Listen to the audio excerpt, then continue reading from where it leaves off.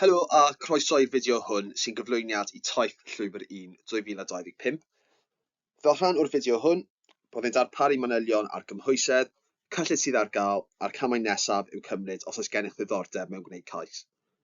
Mae'r galwad ymgyllid yn agor eleni ar y 10 o Ionawr, gyda dyddiad cau o'r 20 o Fawrth.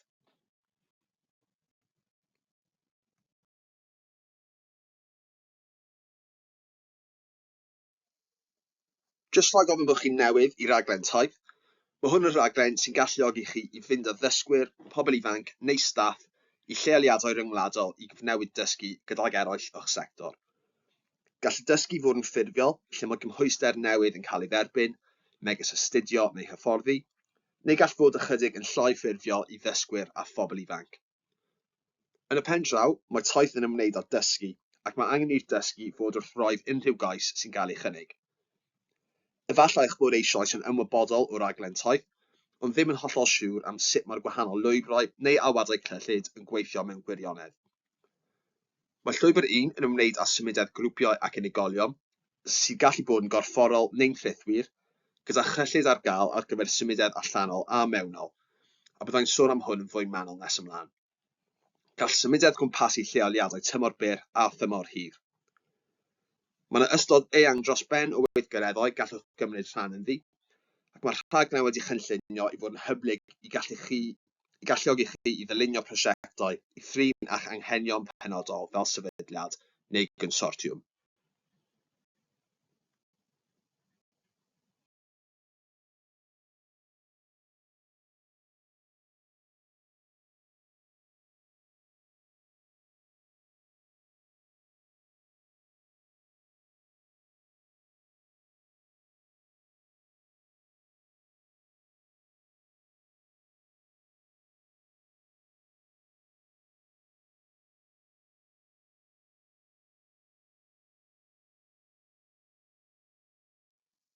Mae Taith yn cynnig cyfleoedd i ddysgwyr a staff yn y sectorau canlynol.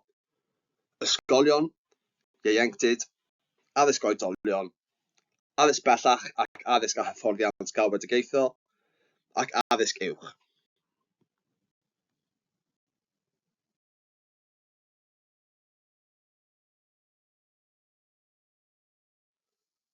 Mae yna meini prawf cymhwysedd manwl ar gyfer eich sector chi yn y canllaw Llwybr 1 sector penodol. Ond wna i drafod ychydig o brif bwyntiau cymhwysedd sy'n gyson i bob sector gwybodaeth fel rhan o'r fideo hwn. Rhaid i bob sefydliad ac aelod o gynsortia gael ei rheoleiddio neu gofrestru yng Nghymru ac yn gweithredu o Gymru. Mae hwn yn gyson i bob sector, ond eto mae'n werth edrych ar y rheolau penodol ar gyfer eich sector chi yn y canllaw rhaglen sector penodol, oherwydd mae yna meini prawf cymhwysedd ychwanegol ar gyfer ambell sector ac ambell gweithgaredd hefyd. Ni all cyfranogwyr unigol ymgeisio yn uniongyrchol am grant, dim ond ceisiadau trwy sefydliadau neu gynsortiwm o sefydliadau mewn rhoi sectorau sy'n dderbyniol. Am fwy o fanylion am y rheolau cymhwysedd, fel welais o'r blaen, sicrhewch bod chi'n darllen y canllawiau rhaglen sector penodol sydd ar gael ar y safle.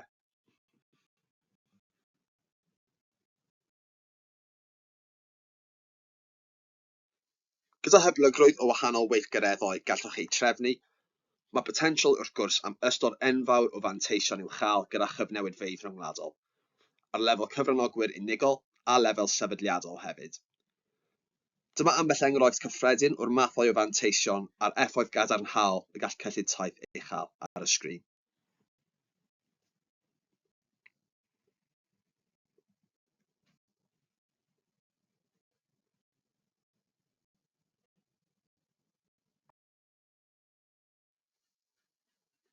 Mae'n strategaeth yn canolbwyntio ar wneud Taith yn rhaglen gyfnewid ryngwladol gynhwysol a hygyrch i bawb, ledled Cymru. Ni'n annog cyfranogiad gan bobl o grwpiau heb gynrychiolaeth ddigonol, gan gynnwys rheini o gefndiroedd difreintiedig, cefndiroedd lleiafrifoedd ethnig, pobl anabl a phobl ag anghenion dysgu ychwanegol, drwy sicrhau bod ein cyllid yn cefnogi rhoi gyda rhwystrau i gyfranogiad, a hefyd drwy ddarparu cymorth ychwanegol i'r sefydliadau sy'n eu cefnogi.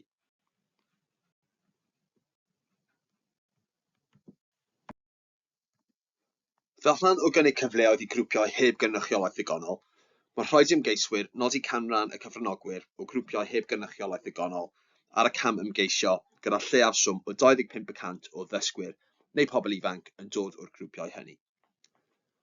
Ar gyfer prosiectau sydd â symudiad staff yn unig, sy'n golygu na allant gyrraedd y trothwy lleiaf swm hwnnw o 25%, bydd angen i ymgeiswyr nodi faint o ddysgwyr neu bobl ifanc fydd yn elwan uniongyrchol o'r prosiect, yn enwedig o blith grwpiau heb gynrychiolaeth ddigonol, gan y dylai holl weithgalwch staff, elwad dysgwyr neu'r bobl ifanc y maent yn gweithio gyda yn y pen draw. Mae arian ychwanegol ar gael ar gyfer cyfranogwyr difreintiedig, neu os ydynt yn anabl neu gydag anghenion dysgu ychwanegol. Ni hefyd yn cydnabod y gall gweithio gyda chyfranogwyr o grwpiau heb gynrychiolaeth ddigonol a'i cefnogi fel cyfranogwyr taith, gynyddu'r llwyth gwaith a'r adnoddau sydd eu hangen i gyflawni prosiect. Felly, mae taith yn cynnig ychwanegiad cymorth sefydliadol o 25 punt ar gyfer pob cyfranogwr yr adroddir amdano o grŵp heb gynrychiolaeth ddigonol. Nid oes angen i chi ystyried hwn fel rhan o'r ffurflen gais, ond dim ond i nodi, po fwyaf o gyfranogwyr o grwpiau heb gynrychiolaeth ddigonol mae'r prosiect yn adrodd yn y pen draw, y mwy o gymorth sefydliadol byddant yn ei dderbyn. Ni hefyd yn cynnig profiadau teithio rhagarweiniol o fewn y Deyrnas Unedig sy'n dilyn i symudiad rhyngwladol, lle mae sefydliadau sy'n gwneud cais yn teimlo na fyddai symudiad rhyngwladol yn bosib fel arall. Rhaid i geisiadau am symudiad grŵp rhagarweiniol hefyd gynnwys symudiad grŵp rhyngwladol ar gyfer yr un cyfranogwyr. Rhaid i sefydliadau sy'n gwneud cais fod yn glir yn eu ceisiadau pan mae gweithgareddau symudiad rhagarweiniol yn y Deyrnas Unedig yn hanfodol i allu ei ddysgwyr i ymgysylltu â gweithgareddau symudiad rhyngwladol.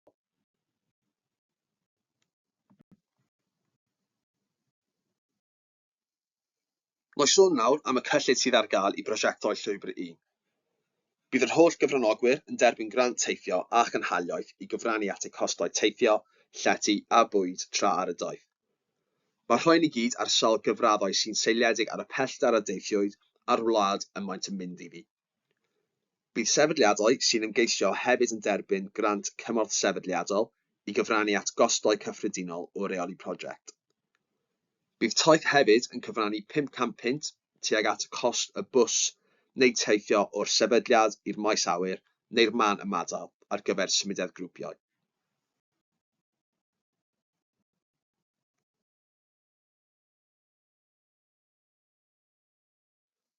Fel rhan o ymrwymiad taith i fod yn hygyrch i bawb, mae arian ychwanegol ar gael i unigolion o gefndiroedd difreintiedig neu bobl efo anghenion ychwanegol neu bobl anabl. Bydd taith yn gallu talu 100% o gostau teithio sy'n angenrheidiol i alluogi pobl o grwpiau difreintiedig i gymryd rhan, enghraifft pasbort ar gyfer pobl o gefndiroedd difreintiedig. Byddem hefyd yn gallu cynnig 100% o unrhyw costau angenrheidiol ychwanegol sy'n gysylltiedig ag unrhyw anableddau neu anghenion ychwanegol.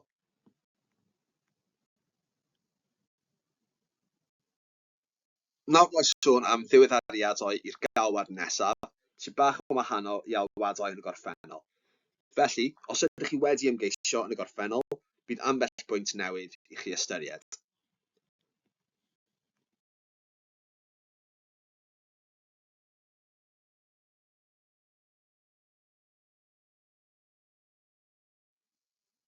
Am y tro gyntaf eleni, bydd yr alwad Llwybr 1 yn cynnig grantiau mawr a grantiau bach. Felly, os mae cais yn gofyn am 60,000 o bunnoedd neu lai, bydd ffurflen gais symlach gyda llai o gwestiynau. Yna, am unrhyw geisiadau sy'n fwy na 60,000 o bunnoedd, bydd mwy o gwestiynau i ateb fel rhan o'r ffurflen gais.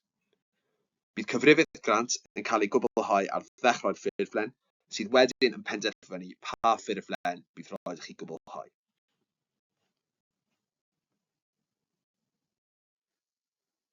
Mae yna hefyd hyrwyddwyr yn gweithio ochr yn ochr gyda taith sy'n cynnig cymorth i sefydliadau o'r sector ysgolion, ieuenctid ac addysg oedolion. Bydd hyrwyddwyr taith yn canolbwyntio'n benodol ar ymgysylltu efo sefydliadau sydd ag ychydig neu ddim profiad o gyfnewid rhyngwladol, a gyda llai o adnoddau ar gael.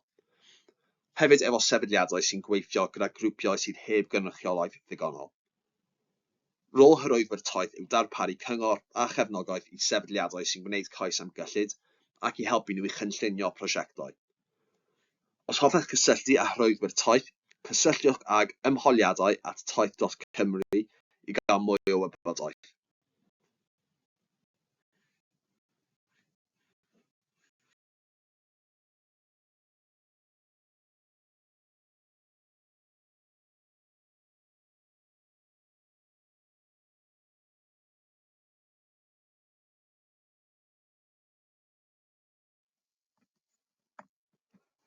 Nawr mae jyst rhoi esiampl o brosiect Llwybr 1 sydd wedi ariannu yn y gorffennol. Oedd ysgol gynradd Oakfield yn y Bari a 30 o ddisgyblion blwyddyn 5 a 6 i Murcia yn Sbaen ar gyfer symudedd wythnos o hyd. Buont yn partneri ag ysgol yn Murcia, y Cymron yw rhan mewn pob math o weithgareddau gwahanol gyda'r plant Sbaenaidd am y daith cyfan. Doedd dim rhaid i'r cyfan fod yn dysgu ffurfiol yn dosbarth chwaith. Eithon mewn i Murcia i noson a gwnaethon nhw helfa dirnod lle bu'n rhaid iddyn nhw ddefnyddio'r Sbaeneg o'n nhw wedi dysgu mewn cwestiynau a chyfarwyddiadau. Roeddent hefyd yn gallu mynd i'r troeth a gwneud bach o chwaraeon dŵr. Roedd gan y prosiect arian i roi o'r staff a'r disgyblion o Sbaen ddod yn ôl i Gymru ar ôl hwn hefyd. Nad oedd llawer o'r plant wedi gadael eu hardal leol o'r blaen, a dibyniodd y rhan fwyaf o'r disgyblion ar y daith hon gymorth ariannol ychwanegol ar gyfer y pethau roedd angen i gymryd rhan. Enghraifft, pasbortau, dillad a bagiau. Ni yn cydnabod yr holl waith mae'r ysgol yn wneud yn bosibl i'r disgyblion i bod yn rhan o'r daith, enghraifft trefnu pasbortau a'r hediadau, ond mae'r dyfyniad hwn gan yr athrawes yn gwneud y cyfan werth chweil. Mae mynd â phlant dramor am y tro cyntaf erioed yn peth enfawr, a wnaethon nhw ddim stopio gwenu. Rhai o'n plant tawel iawn na'n ydyn nhw fer arfer yn cymryd rhan mewn unrhyw beth mawr.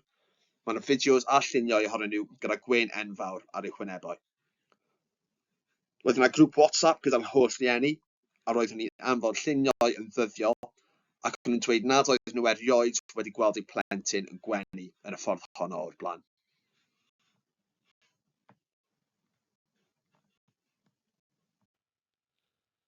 Nawr mae sôn yn gloi am y chamau nesaf i gymryd i'ch helpu i baratoi cais os oes gennych ddiddordeb mewn ymgeisio.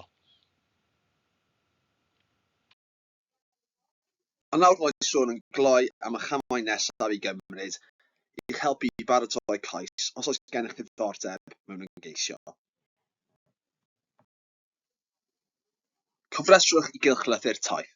Bydd hyn yn sicrhau eich bod yn cael gwybod am yr holl ddiweddariadau i raglen taith yn gyffredinol ac unrhyw diweddariadau penodol i'r galwad ariannu Llwybr 1 eleni. Hefyd, ystyriwch pa symudedd allai fod o fydd i'ch cyfranogwyr a'ch sefydliad. Sicrhewch fod gennych gymeradwyaeth uwchreolwyr a thrafodwch gyda'ch sefydliad ehangach os oes angen. Hefyd sicrhewch eich bod yn cofrestru ar gyfer gwebinarau a digwyddiadau taith yn y dyfodol. Byddwn yn cynnal amrywiaeth o webinarau a sesiynau cymorth trwy gydol yr alwad ariannu o fis Chwefror ymlaen, a ni wastad ar gael ar gyfer cyfarfodydd 1 i 1 os oes angen i chi drafod unrhyw beth yn fanwl neu trafod eich syniadau prosiect.